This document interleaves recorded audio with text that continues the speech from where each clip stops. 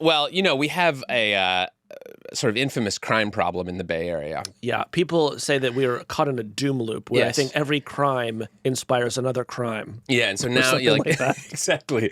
So I did see an innovation in crime prevention in my near my house this week, which was I went to get money out of the ATM because my barber, I was going to get my hair cut, only accepts cash.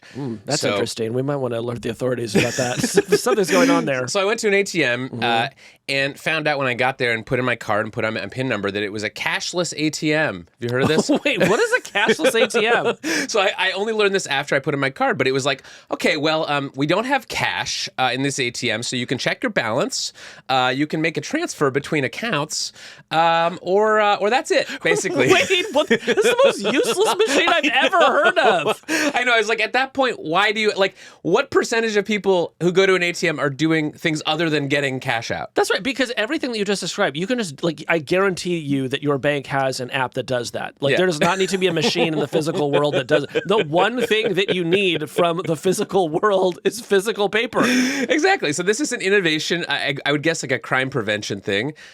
Can't rob an ATM if there's no cash in it. It prevents crime, and it also just prevents customers from using it to do the only thing that they want to do. Yeah, I did. Was telling a friend about this, and they said, it's sort of like a restaurant that has no food. Yes, exactly. You can come in, you can sit down, you can play with the forks. There's a scale, you can weigh yourself, Go nuts. But if you want food, you're out of luck. Go somewhere else.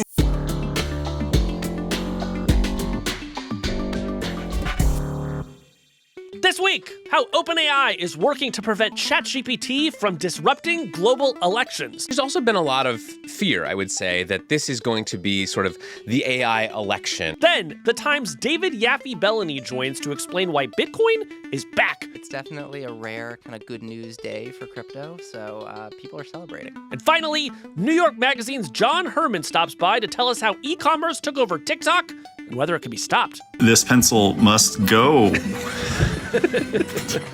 So this week, OpenAI released a new blog post about how they are thinking about the 2024 elections. We have elections coming up, obviously, in this country, but also in many countries around the world. And OpenAI has been sort of, people have been asking questions about, will you allow your tools to be used in this or that way when it comes to elections?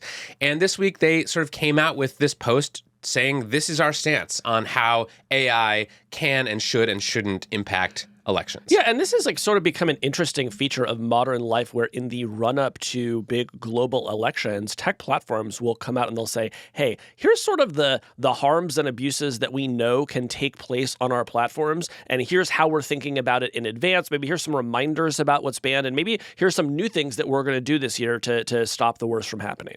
Yeah, and there's also been a lot of fear, I would say, that this is going to be sort of the AI election or the first election where these generative AI tools that allow people to manipulate images or create deepfakes or write, very convincing political propaganda, they're going to be sort of freely available to lots and lots of people. And so there will just be, experts are worried, a sort of flood or a deluge of AI-generated nonsense. Yeah, so why don't you try to scare me a little bit, Kevin? Let's imagine we're living in a world where, God forbid, an OpenAI had not released a blog post this week.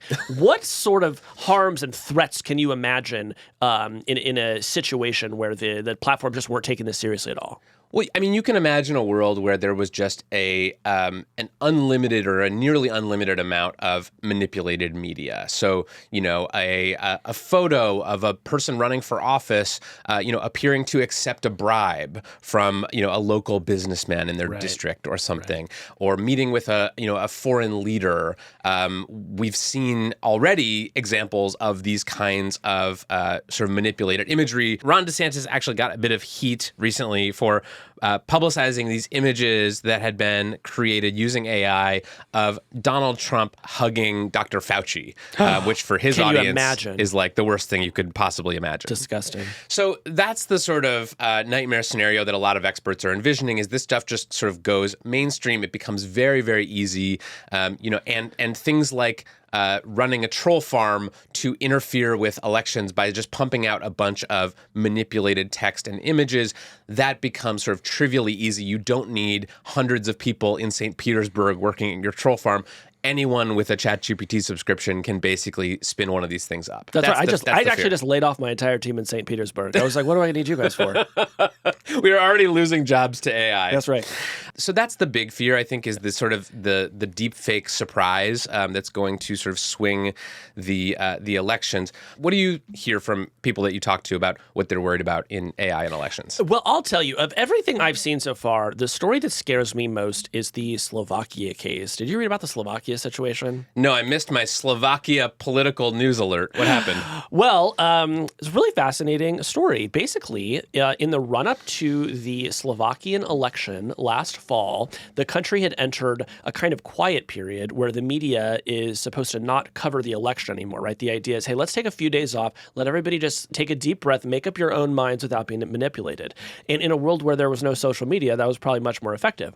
But in 2023, what it meant was that someone created a snippet of audio, which was later debunked as being generated by AI, and it apparently showed the Progressive Party candidate talking about buying votes from the country's Roma minority. The snippet got shared on social media, and a few days later, this guy lost the election. Now, of course, elections have many, many causes. We can't definitively say how much did this one piece of audio actually affect the election.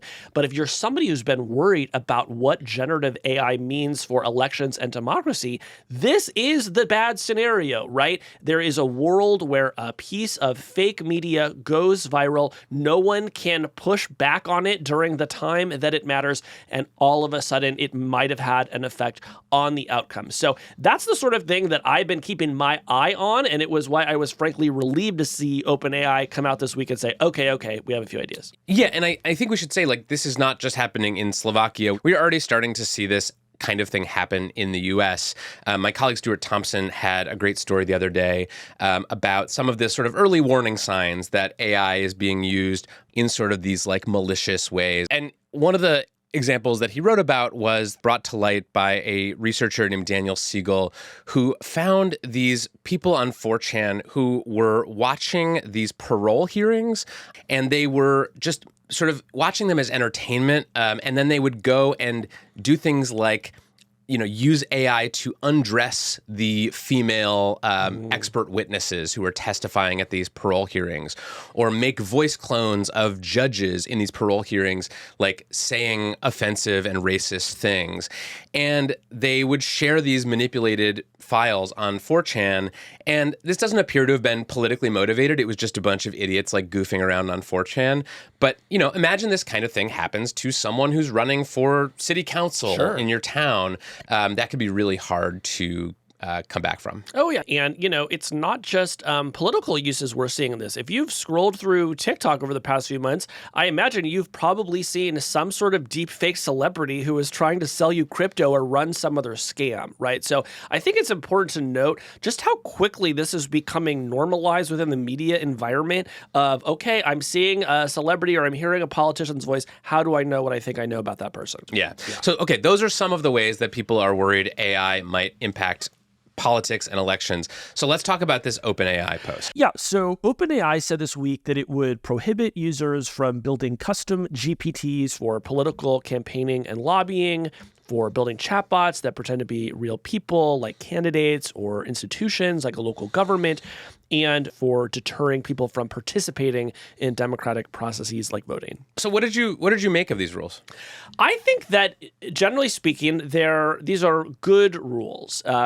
These are things that we have seen other platforms do, right? Like other platforms will also not let you discourage folks from voting or like post misinformation about how to vote. I think that's really good. But OpenAI does a couple of other things that I think could be particularly useful. For example, they say that they're going to be integrating more real-time news into people's use of ChatGPT. So if you're using ChatGPT in the morning and maybe there's some big political story and say, hey, what's going on with like, you know, Joe Biden and this thing, OpenAI says ChatGPT will increasingly be returning real-time news results, and we know that they've been licensing a lot of news content recently. I imagine that those stories are probably going to appear in ChatGPT, right? Which means that we're probably actually going to see some good, high-quality news in ChatGPT, whereas maybe on something like Google or Facebook, you might just kind of see whatever is in your feed.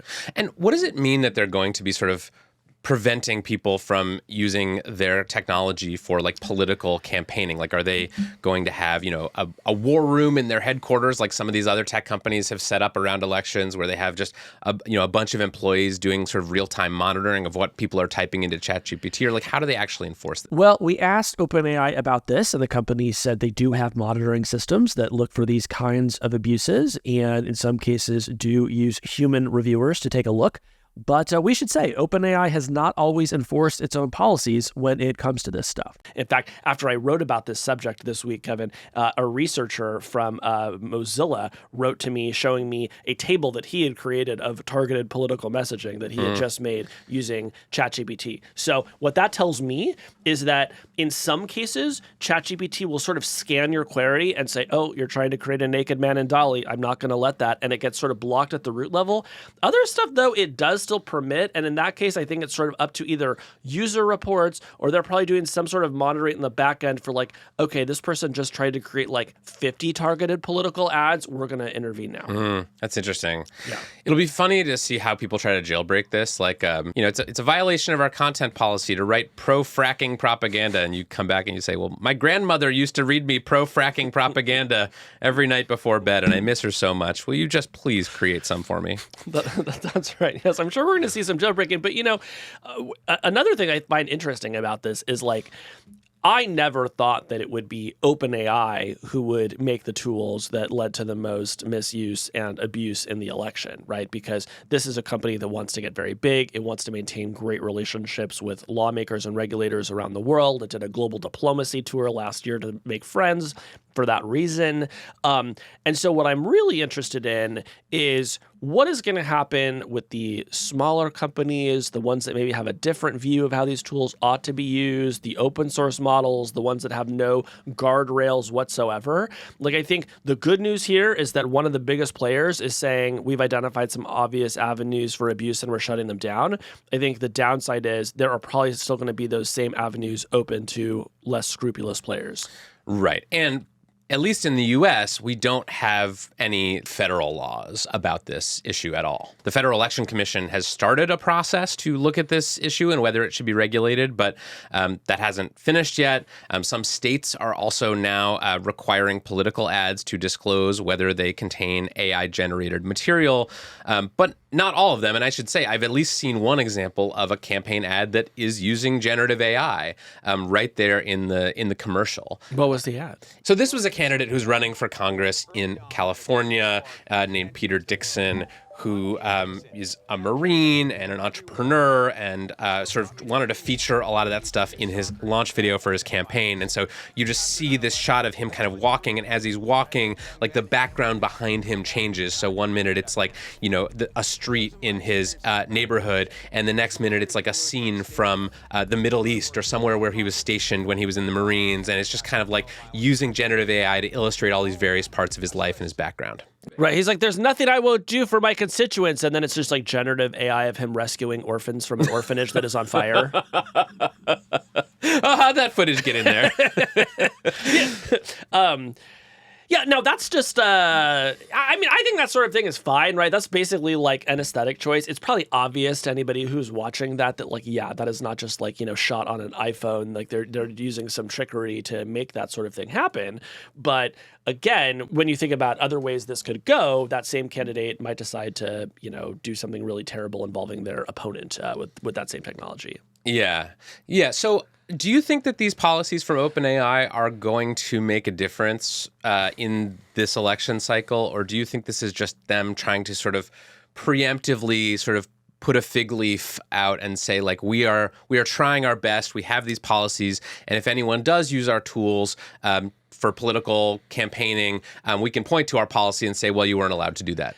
Yeah, I mean, I think that these policies are important in the sense that they set a norm, right? Like OpenAI is the AI company that people are looking to understand, like, what is the responsible player that is under the most scrutiny doing here? And I do think that'll sort of like raise the floor for the other companies that might have wanted to be more permissive. Now they're probably going to face pressure to do that less. At the same time, your true policy is what you enforce. And as we said, OpenAI has not always enforced its own policies. So my hope is that in the months ahead, and certainly I think I'll be doing this, journalists pay close attention to, is there a big gap between what OpenAI said it was going to do and what it's actually doing here? And how do these policies from OpenAI compare to the AI sort of manipulated media policies of some of the other big platforms? It's a good question, and I think it tells us something about how new all this stuff is, that the policies are actually pretty different, right? Like there are some meaningful gaps in the ways that these companies are thinking about it. Not everybody has the same policy. Meta has also banned political advertisers from using its generative AI ad creation tools. So if you're going to try to use generative AI in your political ads, you at least can't do it with Meta's own tech. Google will actually block you from using political keywords at all when you're using its ad creation AI tools. It also will watermark AI-generated imagery and audio so that if you're looking, you can sort of figure out how it was made. Oh, that's interesting. So if you want to run an AI-manipulated ad for your campaign on Facebook or Google, you can still do that. You just can't use those companies' own generative AI tools. Like you could make something in DALL-E of yourself rescuing orphans from a burning orphanage, but you can't use that right in the ad creator itself. Is that right? Yeah, that's right. And then, the platforms also have rules around sort of disclosing when generative AI was used in the creation. So even if you didn't use our tools, but you posted it, some of the platforms are going to make you disclose like, hey, we use some generative AI here. And we're actually seeing that in the state laws. So among the states who have passed laws around that, this is really the most common approach, is to say, we're not going to ban you from using generative AI, but you do have to disclose it. Yeah. I think one thing that I'm thinking is like, no matter what OpenAI does or doesn't do or how it changes its policies, there's so many other tools out there at this point. It seems like the things that we're most concerned about, which is like these deep faked videos and these manipulated audio clips, like what happened in Slovakia, you can't actually use OpenAI's technology to do that stuff. It's not sort of part of their suite of products, but you can use other companies' tools. There are smaller companies like 11 Labs, which makes these like voice cloning audio things. There's now open source versions of these video creation algorithms. So these are maybe a little bit harder to access, but if you are a troll or sort of a campaign operative, you're going to be able to do that stuff pretty easily. And so I think it's actually the smaller companies whose products we may need to watch out for more. Yeah, and I think a good secondary question to that, Kevin, is, okay, so let's say that you're one of these bad actors and you use the open source AI tool to create the terrible audio clone to try to swing the election. What are you going to do with it? Well, as we've said, Google and Meta have policies that require there to be disclosures when ads are using AI, but X has not said anything about this, and my strong suspicion is they are not going to aggressively enforce this stuff. So to the extent that people are still using X to get their news, I do expect we will see people really try to test the limits there. The other one that researchers are really interested in is Telegram, which is the messaging service, and they also have a very laissez-faire content moderation policy. They have to be dragged kicking and screaming and removing just about anything. So to the extent that Telegram is heavily used during this election, I think we could see a lot of deep fakes and other synthetic media flying around there. Totally. And what's really sort of scary to think about is the extent to which elections, at least in the US, often are influenced by pieces of media, right? I mean, remember the Mitt Romney 47% video or the Access Hollywood tape for Donald Trump. I mean, these things, that kind of thing could be easily generated using AI. I also think there's one other piece of this that doesn't get talked about as much, which is the danger that all this AI-generated media and these fears and conversations about AI-generated or manipulated media give politicians who actually do bad things the easiest possible out, right? It creates a kind of plausible deniability. You can imagine if the Access Hollywood tape had come out in 2024, Donald Trump could say, that's a deep fake. Now, I don't think it would have worked in that case because that was like network footage from like a TV show. But you can imagine, a politician who does actually get caught doing something bad, taking a bribe, posing for a photo with someone they shouldn't have, like, they just get the easiest excuse of all time now. Yeah, academics have a great term for this. They call it the liar's dividend. And it's basically because there is so much falseness in the world, it becomes easier for politicians or, other bad guys to stand up and say, hey, like that's just another deep fake. So yes, that is something that we should watch. I think that that will actually become a bigger problem after the first giant deep fake that takes the world by storm and briefly fools everybody. We need to, I think, sort of have had that moment for a politician to be able to get away with that. But yes, absolutely something we should keep our eyes on. My hunch is that the biggest use of generative AI in this election cycle is actually not going to be in ads or in these giant October surprise manipulated media scandals. I think it's going to be in fundraising and specifically in these horrible manipulative guilt trip fundraising emails. Do you get these? Well, no, as a journalist, I don't donate to political campaigns. I don't either, but I still get them. Oh, really? I mean, my friends, tell me about them constantly, and it's always like, Casey, do you have 5 minutes? Democracy is at stake. Right. Yeah. Right. It's like Casey, it's Joe Biden. I'm disappointed in you. It's Pete Buttigieg. I've got some questions I really want to ask you. Now I think with generative AI, the possibility to really target the stuff at voters exists, and it could be, much more manipulative. It could be like, Casey, according to my last knowledge update, you have a fear of spiders.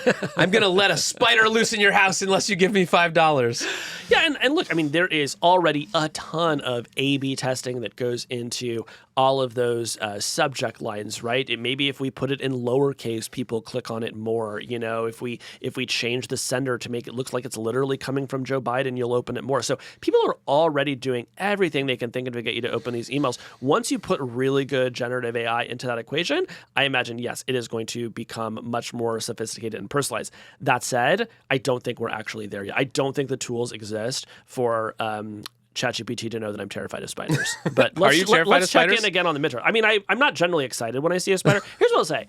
If it's a spider that's smaller than, I don't know, like a phone, and I see it in a bathroom, I'm not terrified. Where are there spiders that are bigger than a phone? Florida, so I won't go there. Are we talking like an iPhone Max? No, just sort of the normal, the Pro. Okay. Yeah, the Pro. So that's sort of the doom and gloom picture of AI and elections. But I want to ask you, is there any use of AI in elections or in campaigns that you think would actually be appropriate and might help democracy? I mean, look, if we want to experiment with personalization and persuasion, I would be comfortable with people using that to get out the vote. If people want to build campaigns around how do we get people out to the polls, that seems okay with me. Now, of course, if we make that technology available, it will probably also be used by people who are trying to, do persuasion around individual candidates or ballot issues. So that's going to be a bit of a double-edged sword, but that's what I would like to see. How about you? What do you think? Do you want to see generative AI in politics this year? I just don't think we have a choice, right? These tools we've talked about are being built into basic, enterprise software. So now if you have Microsoft Word and you're using that to write something, it's just going to be able to suggest, sort of AI completions for that. If you're using Photoshop for your campaign ad, it's possible to use generative AI in that too. Not for any malicious purpose, but just to kind of spruce it up a little bit. Yeah. I can't wait till Microsoft Word is hey, it looks like you're trying to win an election. You want any help with that? That's the pro version. You got to pony up for that. So let me get a prediction from you maybe to close this out. Do you think that a year from now we will be sitting across from each other, and when we think back on the 2024 U.S. presidential election, do you think that generative AI is going to play a big role in the outcome, a medium role in the outcome, or a small or no role in the outcome? I think for the presidential election, my prediction would be that it has a minor effect for all the reasons that we talked about.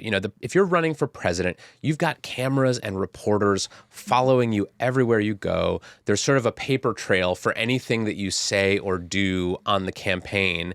And it's going to be hard to manipulate that in a way that's not immediately debunkable by journalists and news organizations. Right. But I think my answer changes if you are asking about state and local elections. There are some laws in some states that are going to maybe make that less of an issue. But I think in general, there's going to be a lot of trickery in those elections. And so, if I'm running for city council or state senate or local school board, this is something that I'm thinking about. Well, you should be, because I've already prepared some very convincing deepfakes of you. So sleep with one eye open, Roose. Your opposition researchers have been working full time. All right. After the break, is crypto coming back? God, I hope not.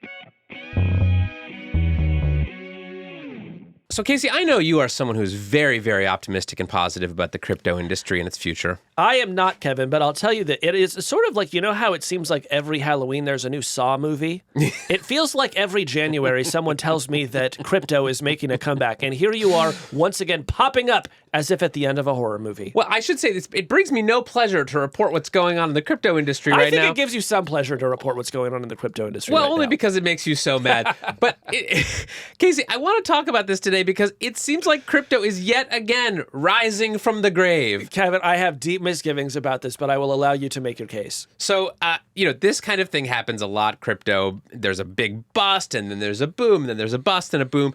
And so, crypto has been going through, I would say, a hard time. Many of the industry's most prominent figures, SBF, CZ from Binance, are in trouble with the law. Some of the biggest exchanges have been in trouble. There have been scams and frauds and lawsuits, and it's all just a huge mess. Yeah, all my old crypto heroes are in jail, Kevin. And yet, investors, some of them still remain optimistic that crypto is still worth investing in.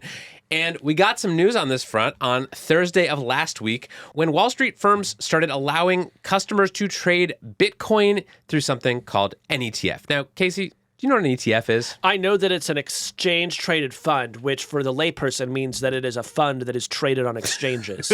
Correct. There's been a lot of optimism in the crypto industry about the approval of these Bitcoin ETFs, and these ETFs, as boring as they might sound, actually explain a lot of why people are calling this a crypto comeback. Yeah, and we should say that the U.S. government fought these ETFs from becoming a reality, but they lost in court, and so now here they are, and that is why we're talking about it today. Yeah. So as we found ourselves saying, WTF ETF, there was only one person we could think to talk to, and that was, of course, DYB. Yeah, yes. So David Yaffe-Bellany, my colleague at the Times, is our go-to reporter on all things crypto.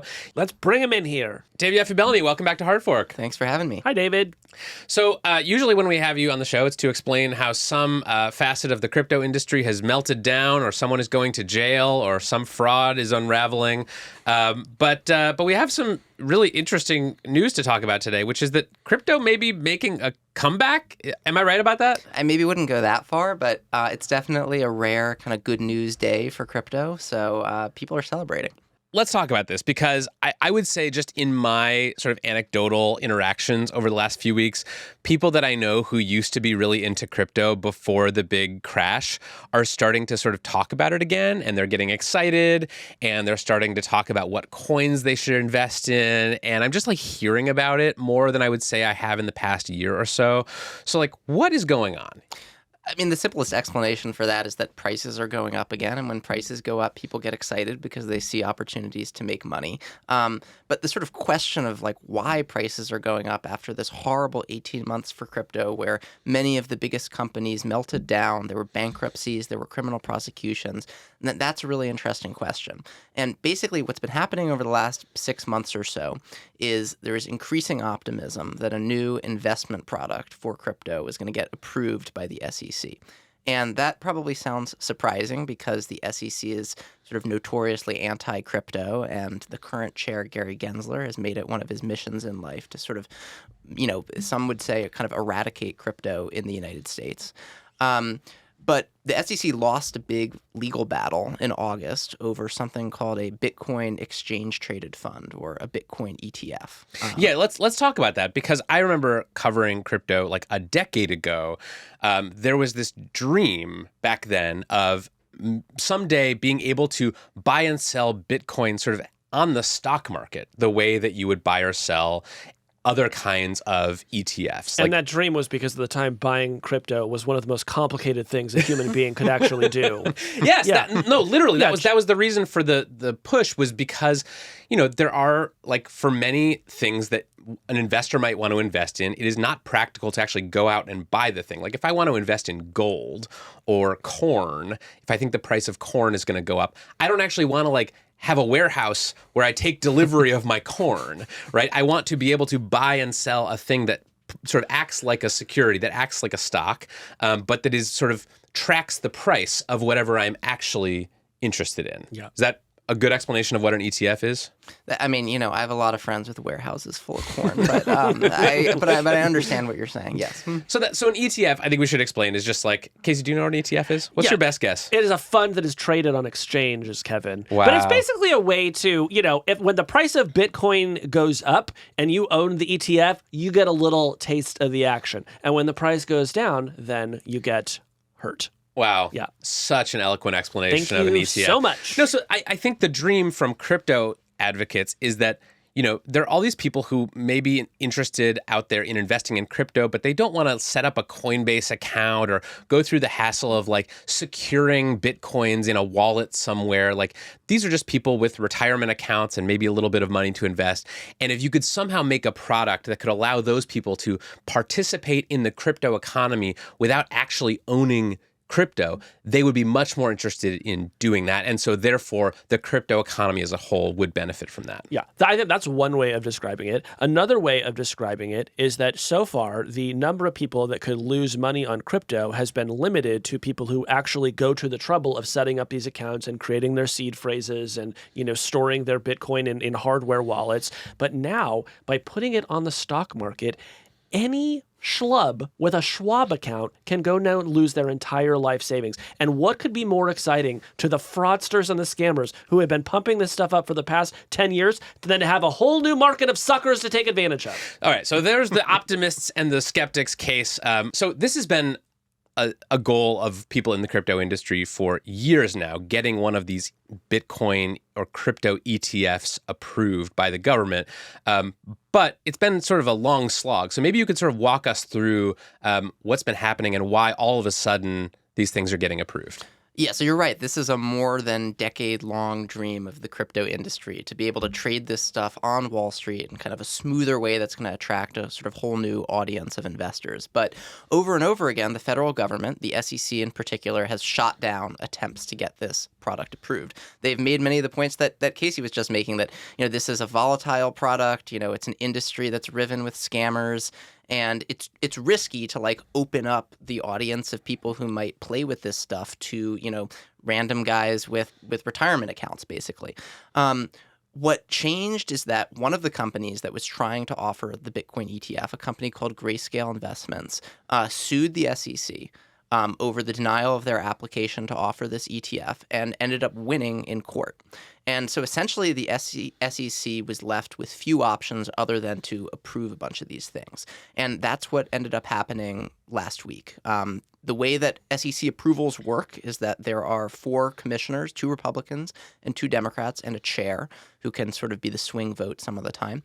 And in this case, the 2 Republican commissioners and the chair voted to approve these products. And basically what the agency said was, we didn't have much of a choice. So Gary Gensler, who is, as you pointed out, made it his career's mission to get rid of crypto in the United States, did ultimately vote for this, which surprised me, but I guess you say in his view he did not have an alternative. Yeah, I mean, he issued a statement, which is it's really kind of a remarkable statement. It was basically the bitterest thing that you could possibly say, on this day when you're offering the crypto world this huge kind of celebratory moment. He was like, don't mistake this for an endorsement of Bitcoin. We still think crypto is bad, but the courts, they left us with no other option. That's essentially what the statement says. And there are still critics out there on the left saying that Gensler should not have voted to approve this stuff, that the SEC could have continued to fight.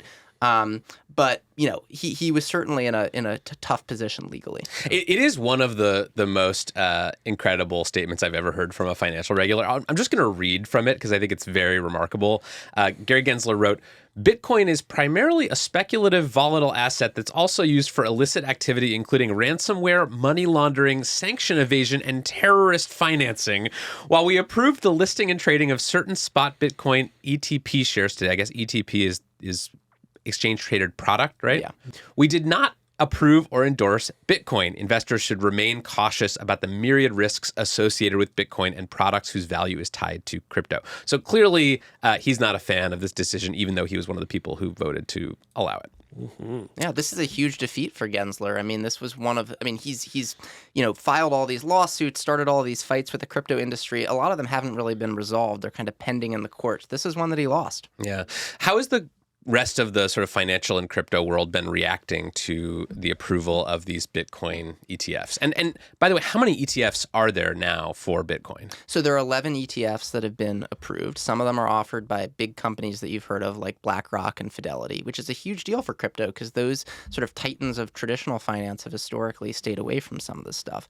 And then a bunch of them are also offered by kind of more crypto-specific companies like Grayscale.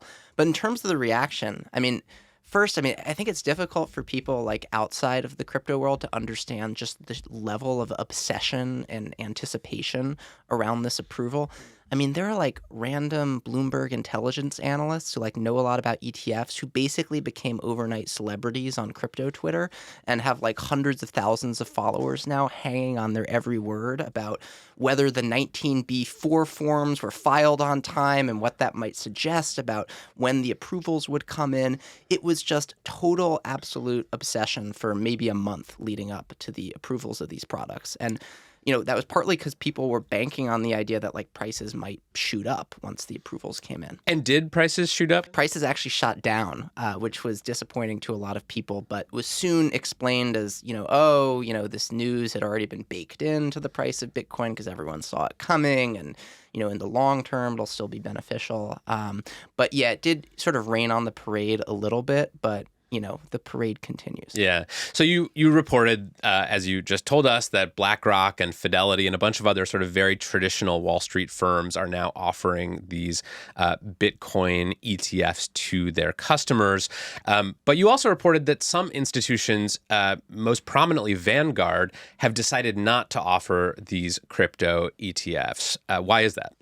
So Vanguard's not one of the companies that applied to offer one of these products, but you could still buy a Bitcoin ETF through the kind of Vanguard interface. And so the company said, no, we're not going to offer it because it doesn't align with our sort of vision of what a smart long-term investment is. There wasn't a ton of detail, but, clearly, if you read between the lines, what they're saying is that we don't trust this stuff and we don't think we should be exposing our customers to it. Yeah, they're saying if you want to help build the North Korean weapons program, you're going to have to do it with somebody else's ETF. It's so funny. I saw some crypto people on the internet getting really mad at Vanguard for this decision not to offer crypto products to their customers. And they were tweeting things or posting things like, oh, does Vanguard want to miss the Bitcoin revolution? Does Vanguard not want to go to the moon? And it's well, no, it's Vanguard. It wants to be the most boring financial firm possible. It wants to take your retirement money, invest it in very unexciting things, and send you 15 pieces of mail a month for some reason. Well, you've put your finger on the big irony here, which is that all of these so-called, crypto revolutionaries, people who are let's blow up traditional finance, let's create an alternative to Wall Street, are suddenly relying on BlackRock to change the game for crypto. And it just shows how far the industry has swung from that initial vision. In other words, swinging to a giant legacy institution rather than a bunch of, punk rock kids in a garage somewhere. Yeah, becoming exactly the thing that it was founded to replace. Oh, imagine that. Let's talk about that because this is sort of the mind-bending part of all this is that Bitcoin, crypto, these things were sort of established as a protest against the traditional financial institutions, against BlackRock, against Fidelity, against Wall Street. But in order to grow, they have had to sort of embrace and be embraced by the sort of mainstream financial institutions. And if everyone is just sort of speculating on this stuff through their retirement accounts or their investment accounts, and they're not actually going out and starting their own hardware wallets and learning about the protocols and forming strong opinions, if this is just like one more thing like corn or oil or whatever that you can bet on, like, does that in some sense erode the original proposition of crypto? Yeah, I mean, I think it does. It certainly shows that like a lot of those kind of original ideals are no longer super relevant to the people who are kind of leading the charge in the crypto world. And there are some voices of dissent here and there kind of making that point. You know, a lot of people in crypto like aren't big fans of BlackRock and are a little bit uncomfortable with the sort of level of obsession that people now have around the Bitcoin ETFs. But the other factor here is that like the crypto community was so starved for good news. I mean, so many bad things have happened in crypto over the last 18 months that I think that a lot of people were sort of prepared to sort of dispense some of their like principles and just like embrace this given how bleak things have been. Yeah. I mean, I would argue that the whole like revolutionary argument around crypto, for the most part, has been a very thin veneer over a bunch of people who just hope that the number goes up forever, and that the reason that they're excited about this is now it seems like there's another chance that the number can go up and we can sort of repeat the events of 2022. Yeah. And I think we should also say, like, these ETFs have only been trading for a few days, but they're very popular, right? I mean, I saw something about how there have been $10 billion invested in these Bitcoin ETFs in just the first 3 trading days. Well, so the crucial thing to understand is I think that 10 billion figure is volume. So people, you know, trading it back and forth. That doesn't actually mean that 10 billion in new money has gone into the ETFs. You know, you could buy a share in the BlackRock ETF at 10 a.m. and then sell it at noon, and that still counts as volume, even though there's actually a net zero amount of new money going in. So what we really have to pay attention to is kind of in cash inflows, and I believe that's more in kind of the hundreds of millions. But it's still impressive, and you know all the ETF analysts have said, you know, this was a very kind of successful debut, and it suggests that like long term there could be a lot of interest and money coming in. And what's your best guess based on your reporting of sort of how much of this volume, how much of this interest in trading these Bitcoin ETFs is speculators versus people who are actually kind of true believers or people who are interested in crypto and maybe optimistic about how these assets are going to gain value?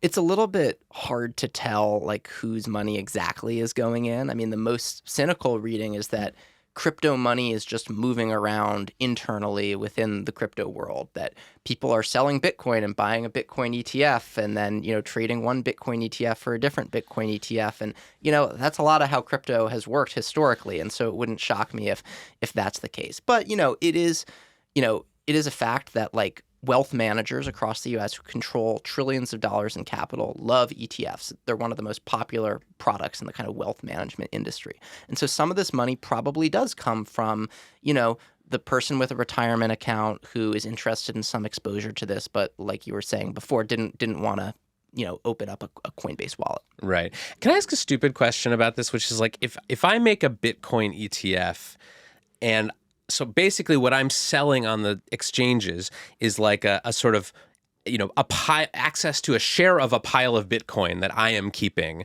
on behalf of my investors. Like, is that like if I end up losing my Bitcoin or I lose the password or it gets hacked and it disappears from wherever I was keeping it, like things that happen all the time in the yes, world of Bitcoin. Like do ma and pa with their retirement accounts like have any claim to that? Like what is the sort of investor protection angle here? I mean, in theory, if the Bitcoin that BlackRock is sitting on were to sort of disappear, or like BlackRock were to go under, I mean, that could be an issue for the people who are investing in the ETFs. But the sort of custody point, I mean, Coinbase, the exchange, has partnered with most of these ETF issuers, and so Coinbase is the entity that actually has the Bitcoin and is housing the Bitcoin in its wallets. And do you have the address of where all this Bitcoin is stored? Yeah, I'll send that to you Okay. over Thanks. separate cover. Just Yeah. curious. we can talk later. But so basically people are relying on sort of Coinbase protecting this stuff, and Coinbase has a good track record of doing that, especially compared to a lot of other crypto firms. Compared to Mt. Gox. Yeah.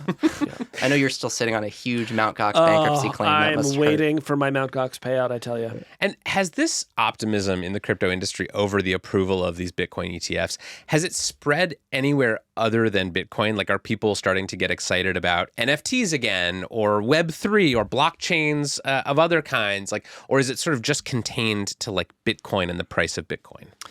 You're seeing other coin prices go up as well. Solana's gone up a lot recently. That was one of Sam Bankman-Fried's favorite coins, but it's sort of rebounded from the sort of shame associated with that.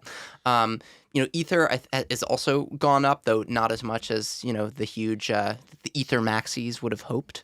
So yeah, this has caused some sort of wider optimism, and there are other factors as well. It's not all the Bitcoin ETF. Macroeconomic conditions have changed a bit. People are expecting the Fed to cut rates this year, and so all of those sort of kind of broader factors that drove up crypto prices during the pandemic, some of them are coming back too. And what does this mean for crypto regulation? I mean, as we've talked about with you before, regulators in the U.S. are very hostile to crypto, and really, Gary Gensler and other leading regulators have sort of made it their mission to sort of eradicate this stuff or keep it away from the mainstream financial system. To sort of quarantine it into its own little economy that can rise or fall without hurting the economy as a whole. Do you see this as a setback for regulators? I mean, this is a huge setback for the Gensler agenda. I mean, you can read that in every sentence of that statement that he wrote, right? But it's worth remembering that Bitcoin has always sort of existed separately from the rest of crypto in the eyes of regulators. Gensler is not arguing that crypto is a security that, ought to be governed by the same laws that govern, stocks and bonds and that sort of thing. He sort of conceded that point that Bitcoin is something different, partly because there's no centralized, Bitcoin Incorporated that raises money to try to boost the price of Bitcoin. But the sort of broader fight is still going on. I mean, as we speak, I was just listening to it before we started recording. There's a hearing happening in the SEC's lawsuit against Coinbase, a 4-hour hearing in Manhattan over this question of whether Bitcoin is a security. Sorry we made you step outside for a few minutes from that. Yeah, it was a real loss. So that fight's going to continue, and that's a real sort of existential threat to the crypto world. If we get a court ruling that says, all of this stuff, it's all securities, then that's going to change a lot of the way that the industry operates and maybe force it to flee the United States. And so that's still a kind of ongoing battle. I mean, I do think we should try to. This has been a very, I would call it a skeptical conversation about the crypto comeback. But I'm sure you're also talking to people who are true believers in this stuff, who do think that this is a sort of watershed moment for the crypto industry and the crypto movement. What are those people saying? They say that this is sort of vindication for Bitcoin, that, Bitcoin is the center of the crypto universe. It has clear applications beyond all this Web3 stuff. It's a store of value. It's been one of the best investments that you could make over the last 10 years. Sure, there are short-term kind of ups and downs, but if you look at the 10-year trend in the price of Bitcoin, it's, way up. And that, now you're seeing, the traditional finance industry say, we're taking this seriously. And that, Bitcoin has some sort of role to play as a kind of digital gold, which is one of the sort of initial visions for it. And, I think that there's some sort of credence to that. And again, you can look at Bitcoin separately from the rest of crypto. And, I think a lot of crypto skeptics might concede that Bitcoin has a kind of long-term place in our economy, even if you think that the rest of the industry is ridiculous. Yeah. And I would also add to that I think while a lot of investors and regulators and maybe people, who have retirement accounts see the volatility of crypto, the fact that it can, rise 50% one day and fall 40% the next day, as a bug, there are a lot of people who see that as a feature. There are people out there who want to get rich quick, who want to, who don't want to sort of slowly compound their money over 20 years, who want to invest in something that they feel like they understand better than the people around them and be paid back pretty quickly on that. So I think that the sort of volatility conversation is interesting because it's so clear that that is not what some people, including regulators, want in an asset, but that is definitely what a lot of investors want in crypto. Yeah, that makes sense to me. All right, David Yaffe-Bellany, thank you for joining us. Yeah, thanks so much for having me. Thanks, David. We'll let you go back to your 4-hour crypto hearing. Yeah, I'll log right back on. Maybe miss some exciting stuff. When we come back, how to sell a pencil on TikTok.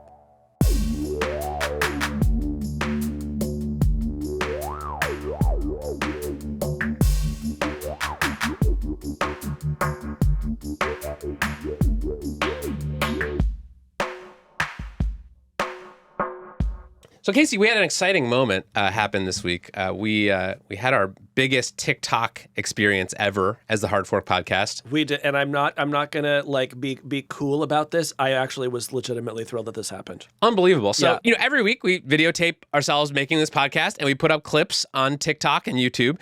And one of these clips from last week's episode went viral. We got 1 million views. Yeah, now on TikTok is big enough that I don't know if 1 million views truly counts as viral, but it's certainly our biggest clip ever, and it is, if nothing else, viral adjacent. And are you getting stopped on the street by Gen Z TikTok users and complimented on your clip? Yeah, they're inviting me to collab with them, teaching me a variety of dances. It's been a really fun week. So a taste of TikTok stardom we have now had on this podcast. But today we are going to talk about something different that's happening on TikTok, which is that people are starting to sell things through TikTok. I would frame it slightly differently, Kevin, and say that now that we are TikTok stars, we're asking ourselves, how do we make money off this thing? And that's when we found out about John Herrman's pencil. That's true. So our friend John Herrman, who's a reporter for New York Magazine and a great observer of things going on under the surface of the tech economy, has been writing a lot about e-commerce and specifically shopping on TikTok. And he recently did what I thought was a brilliant experiment where he became a TikTok seller and attempted to sell his used mechanical pencil on TikTok. And I want to talk to him about this because I think it's not only a very funny stunt, but it's also just sort of a peek under the hood of one of the biggest platforms and how it is trying to change itself to become, I would say, more commercial. People have been selling things on social media since basically the invention of social media. But what's different now is that it's being sort of built right into the app, where if you go on TikTok, there's now a whole sort of shopping category, a tab that you can end up in. Yeah, it's as if there's gone from there being a small little convenience store inside of TikTok to now the entire app is just a shopping mall. And if you browse TikTok at all, you will see more and more posts from this shop being advertised at you. Perhaps you have had the question, why am I seeing this and what is going on behind the scenes? And John went out and got that full story for us. All right, let's bring him in. John Herrman, welcome to Hard Fork. Thanks for having me. Hello, John. So you just wrote this fascinating piece about your experience selling a used pencil on TikTok Shop. So I want to talk to you about this experience, but first of all, what made you want to do this? I didn't set out to sell this old pencil I had. I was just kind of poking around TikTok Shop because, like anyone who uses TikTok, I was seeing more and more content that was directly selling stuff. And it would be live streams of people doing QVC style, like telethon, sales pitches, or just people doing, affiliate selling, things that they don't sell directly, but they were hoping to make a commission on. And it was really just kind of everywhere. So I just, jumped in. I started doing that. So let's talk about how you actually sell something on TikTok, because this is not a feature that I have ever tested. Yeah, and if you have a mechanical pencil at home and you're looking to make some quick cash, I want you to grab your notebook and maybe a pen, and I want you to write down everything John is about to say, because you could actually make a little bit of money here. Yeah, and I think we should actually sell the fidget spinner that you are playing with on TikTok. This is a priceless antiquity. I would never sell it. This is your grandmother's? Exactly. It's my grandmother's fidget spinner. Okay, so John, how do you sell a pencil on TikTok? Right. So you look at the TikTok store and you see something that looks like an e-commerce storefront, like a store, like a place with listings, with sellers. It looks kind of professional, right? On the back end, it's a little bit more like signing up to sell something on like eBay or Poshmark. It's kind of primitive. I logged in with my regular TikTok account. I declared my intention to become a seller. They asked me a few questions. I had to verify my identity. I had to provide government ID, and I reached around for products to list just to sort of see how those tools worked. I tried a half-eaten bag of dog food, which was rejected because dog food is a prohibited category unless you have pre-approval. And when you say half-eaten, you mean eaten by the dog, right? No comment. Okay. All right. Let's keep it moving. Let's keep it moving. A dog did make an appearance on my stream later, so Okay. I'll leave that up to. All right. Next thing I reached for was a pencil on my desk. It was just a thing. And so I listed the pencil. I took 5 or 6 images. I uploaded them. I plugged in a few keywords, mechanical pencil, vintage. I didn't want to lie about it. I mean, vintage makes it sound much cooler than it is, to be fair. Well, yeah, I'm selling something. What do you? And TikTok offered to generate my listing for me, which I thought was, helpful. I was just testing these tools out. Why not test another one? I hit the button, and it generated like a pretty verbose listing, a couple hundred words that were like accurate in spirit. Wait, read us the product listing that the TikTok AI came up with. I'd have to pull it up here. Let's see.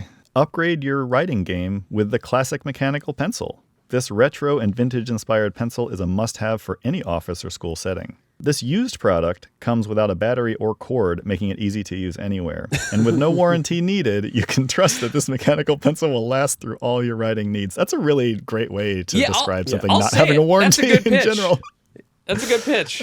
Don't settle for an average writing experience. Upgrade to the classic mechanical pencil today. That is entirely generated from a very short list of descriptive keywords. Did not edit it, went live with it. But when I got to the end of the process, TikTok prompted me to sell the product. And I thought, okay, I'll go live. That's seems like the thing that people do. And so I pressed the button, and within seconds, I had more viewers than I had followers. I've got basically no followers. This is an account that I use for work, for testing things out. Never posted before, but I had hundreds of viewers. The most I saw concurrently was 360 something. Over the 10 or so minutes that I streamed, TikTok's analytics told me that I had more than 1,200 viewers. And I can't emphasize enough how boring and stupid this stream was. Yeah, I think we should actually watch a little bit of your TikTok shopping stream together, because it is just a remarkable piece of media and the beginning of your stardom, your future as the QVC for Gen Z. So I'll pull it up here and screen share. I have. And one thing I appreciated about this, John, was that you use an AR filter to show yourself wearing these virtual 2024 light-up sunglasses, which I thought really brought a lot of sort of up-to-the-moment energy to what otherwise would just be a live stream of a man selling an old pencil. Thank you. Now, that's great music. Was that your music selection? That was a Spotify Carnival Kitty, hey. playlist. Thanks. It's a New Year's sale for, just a second. Mechanical pencil. Barely used. Full eraser. Good. Lead. Ooh, got some new people in the chat here for the New Year's sale. This pencil must go. Let's see. Any requests for things I could draw or write with this pencil? I appreciate that you are selling. You're not just, sitting there with a pencil. You're demonstrating its features. You're talking up its selling points. Yeah. Later in the stream that I didn't record, I made the pitch that it was sort of like having an AI image generator in your hand. And the audience, I got to say, they went wild for that. They all tried to buy the pencil at once. So this was obviously kind of a stunt, but I have a few questions about it. One is, did you actually manage to sell the pencil? I did, but to a friend who joined, when I asked them to for screenshot purposes and stuff like that. I did get 3 or 4 organic cart ads, meaning the pencil read as unavailable to other people because it was in someone's cart. But no one followed through on that. So this was more of a conventional social commerce situation. I reached out to a connection that closed the sale. How much did you sell it for? I sold it for $1. I got 69 cents of that. That has not yet been deposited into my bank account. TikTok paid for shipping that was a little more than $4 as part of their promotional schemes to promote TikTok Wait, Shop. so on an item that cost $1 that you made 69 cents of, TikTok subsidized the entire cost of shipping that pencil? That's right. It was listed as having free shipping. I had no say over that, but all potential customers saw that this was $1 free shipping. And TikTok then lost at least 4 times the value of the product on this sale, which Yeah, I think, and to be honest, the product was probably worth about 15 cents. Well, I really enjoyed this stunt and everything that you wrote about it in your story, John. And I think it's just worth taking a moment to note how prevalent this sort of thing has become on TikTok. As you note in your piece, this is something that TikTok users are expressing a lot of frustration over. I've come to think of it as orange TikTok because as you're swiping through videos, there's now a prominent little orange box that will tell you, hey, you can actually buy this thing right now. It's kind of like a Home Depot orange. And I instinctively have learned to just flick past those things because when I was going through TikTok today just to see what will be the first thing that TikTok shows me today, it was a $56 pack of Pokemon cards. And TikTok knows how old I am. I'm not buying Pokemon cards. And I feel like, as you write about, John, the variety of things that TikTok is selling just seems totally disconnected in many cases from what users might want. Yeah, I mean, to be clear, I was eventually banned from, or my product rather was delisted because used products are not allowed except for verified luxury, handbags and things like that. However, it did sort of illustrate that TikTok is both making it very easy to sell and also that they've put a lot of muscle behind moving these products. They offer a lot of very deep discounts on the buyer and seller sides. And more important, I think, is that they offer some promotional firepower that just isn't available anywhere else. If you're selling on Amazon or Temu or through a Shopify account, ultimately you are either trying to build a giant organic social following, which is hard work, takes a lot of time, it's expensive. Most of the time you can't do it. Or you're spending a lot of money with social networks. Maybe you're spending a lot of money on Google. And what TikTok can and is, what can offer and is offering right now is just basically the ability to spam a whole bunch of people, not people who follow you, not people who've expressed any specific interest in what you're selling, but just sort of they will run a very fast ongoing A/B test on a bunch of users for your store to try to get you some traction. They recommend that people stream for 2+ hours in order to let the algorithm work. That's a serious suggestion that they make to sellers in order to basically test and test and test to see who sticks around and who, maybe converts sales. That's something that TikTok seems to be betting is, worth it.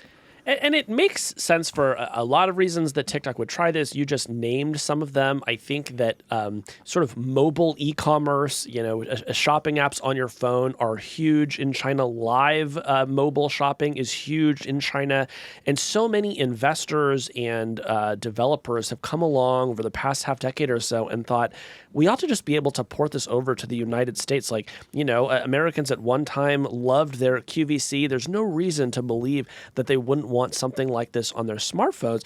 And yet we have just seen company after company butt their heads into what turned out to be a brick wall. With Instagram, I was honestly shocked it didn't work, right? You think about some of the big creators there, like the Kardashians, and the degree to which they've been able to build these fortunes just based on recommending products, eventually creating their own product lines and promoting them there. It's working for some of the biggest entrepreneurs in the world.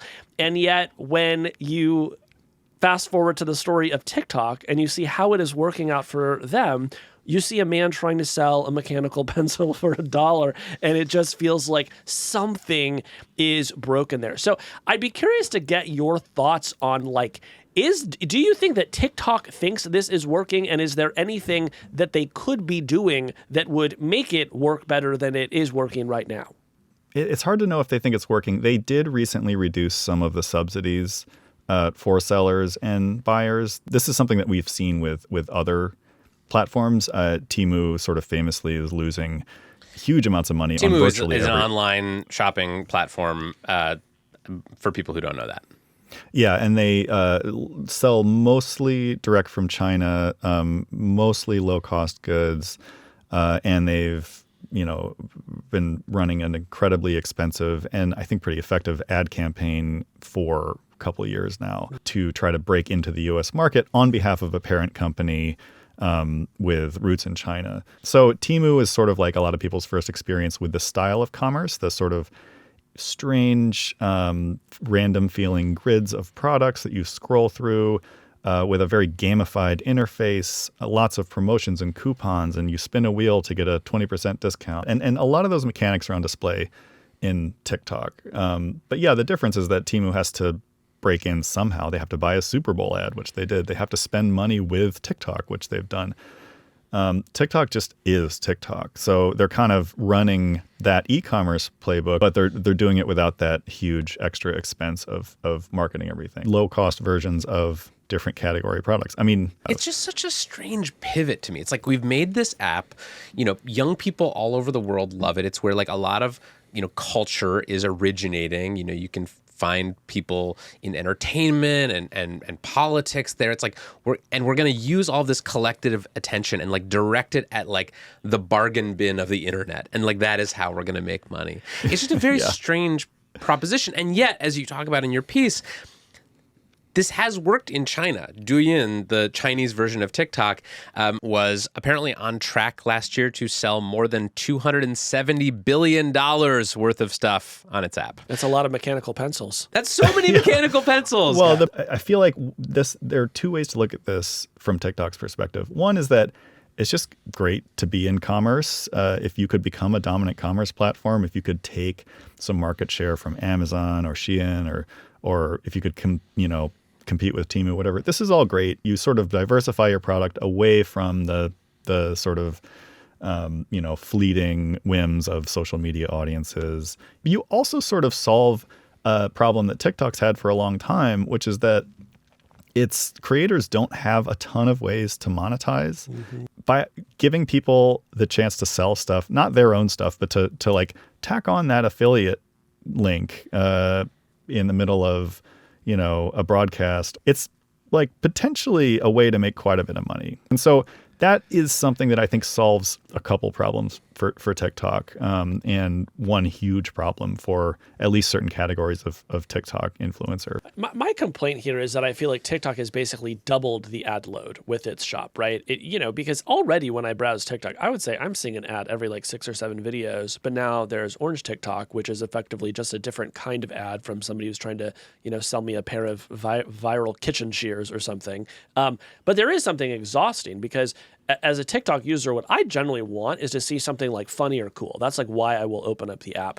I'm not looking to just sort of impulse shop, although I understand, millions or hundreds of millions of people are.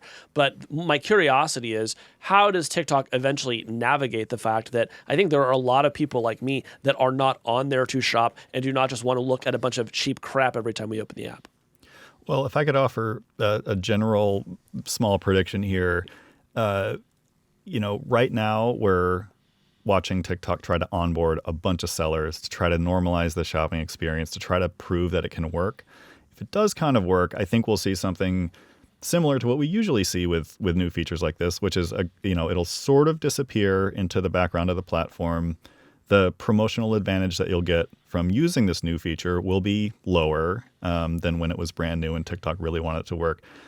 And this promotional power will sort of be, it'll become a product, like Amazon was an incredible place to reach new customers for lots of different businesses. Gradually over time, to reach those customers, you needed to buy more advertising. Like that massive surge of, or at least, massive in context surge of attention that I got for just a total nonsense, store test.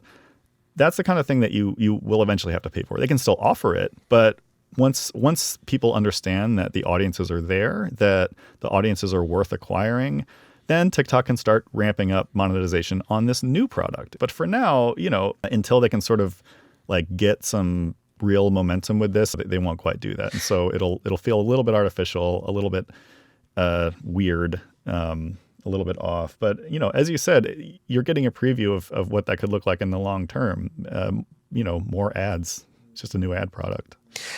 Is TikTok doing more than just sort of giving the platform for people to sell this stuff? Like, I imagine they don't have like TikTok warehouses. They're not doing what Amazon does, which is like give people the marketplace, but also sell stuff themselves and hold inventory and do shipping and logistics. Is TikTok doing any of that or signaling that it's going to do any of that? Or is it just purely sort of giving people the tools to sell stuff and get it in front of people?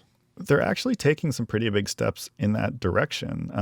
No, they're not. They're not like trying to become a big first party, retailer.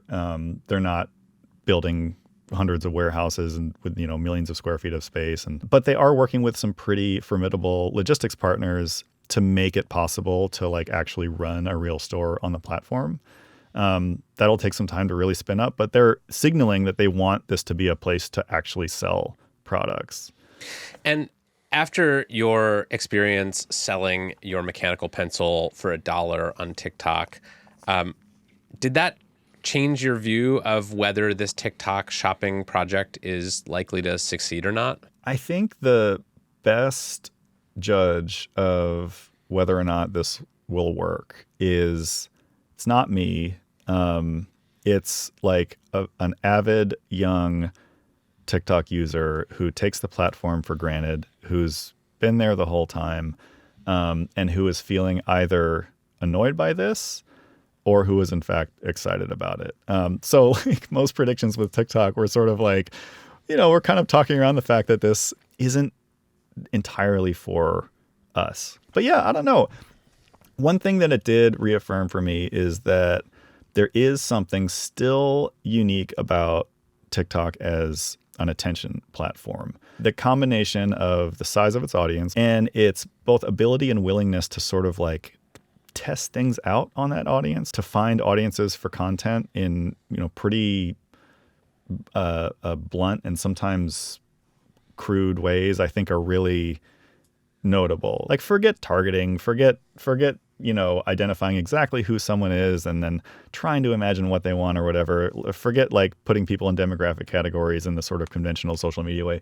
Let's just start from scratch and imagine everyone is a little like content consumption data point and just run that through. The process of doing that is so weird and so like strangely compelling as you go through it. Like the amount of strange things, unexpected things, and ultimately sort of like pointless things that you encounter on TikTok as a regular user is pretty high, but you tolerate it because it's like, kind of interesting. You kind of wonder why you're seeing something. And then the next thing you see is something that you actually watch. And the shopping experience is, I think, a lot like that. One other thing that you made me think of, John, that I do appreciate about TikTok is that there is something like ruthless is one accurate way to describe it, and it's also quite unpretentious. So many of these other social apps will talk endlessly about creating a community and harnessing the power of the community to create and share. And TikTok doesn't bother with that at all. They just say you are here to consume, and we will show you a wide variety of things, and whatever you like to consume, we'll give you more to consume. And that's actually the entire point of this app. There's no higher purpose. You're here to consume. So consume, you filthy animal.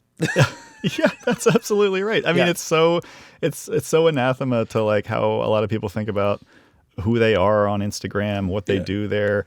You shop on Instagram now, and what that means really is you're engaging with ads, and those ads are often polished and you're going through that funnel. And then, on some of these other apps like Temu or Wish or whatever, and now on TikTok Shop, it's just stuff. It's much more like walking into a trade show in Shenzhen, seeing LEDs everywhere, clothing in every shape and size and color. It's still kind of fun, Yeah, what I like about TikTok Shop is it's like finally a social media app is treating its users with the contempt they deserve.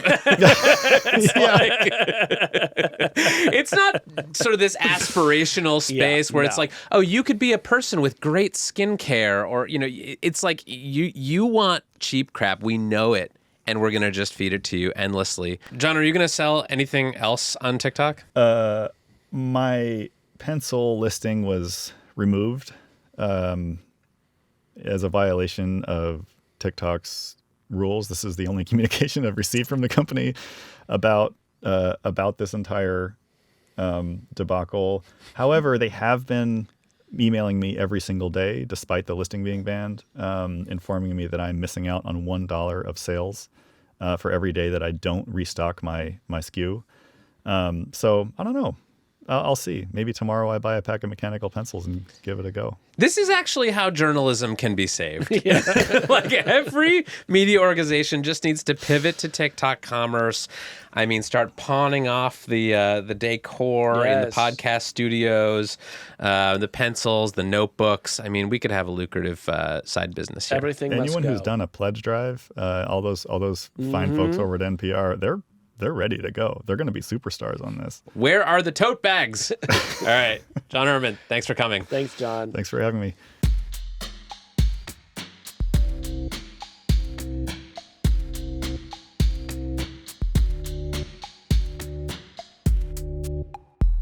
This week, New York Magazine's John Herrman joins us to tell us how e-commerce took over TikTok and whether it can be stopped. Here's the conversation.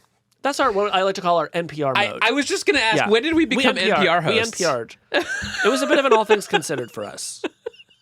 Oh, wait, we have to tell us that here's the conversation. I did. I just did. That's great. I'll be honest. I don't pay attention to you half the time. I rely mostly on producer cues to let me know when I can talk again. I do think we should do like a low stim version of this podcast where we just talk in NPR voice all the time. Lo-fi hard fork to study to? Yes. Yes. Be very nice. We just say things like, turbulence in the markets today, but it'll all be fine. Then we're going to talk about e-commerce. What is happening in the e-commerce world?